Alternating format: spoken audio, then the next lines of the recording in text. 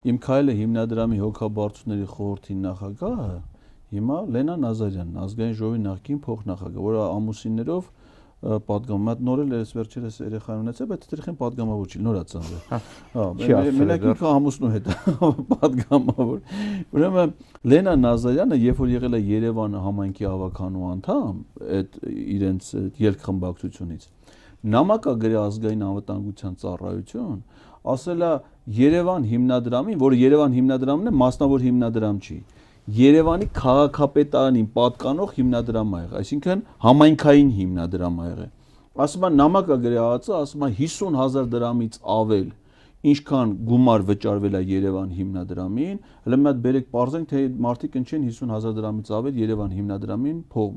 գրել։ Տենց հետևողական, որպես ավականու անդամ։ Այն ժամանակ։ Հիմա ինքը իմ քայլը հիմնադրամի հոգաբարձուների խորհրդի նախագահը, որի հիմնական դոնորները անանուն են։ Ու ասենք 50,000 չի, 50 միլիոն դրամ, 200 միլիոն դրամ։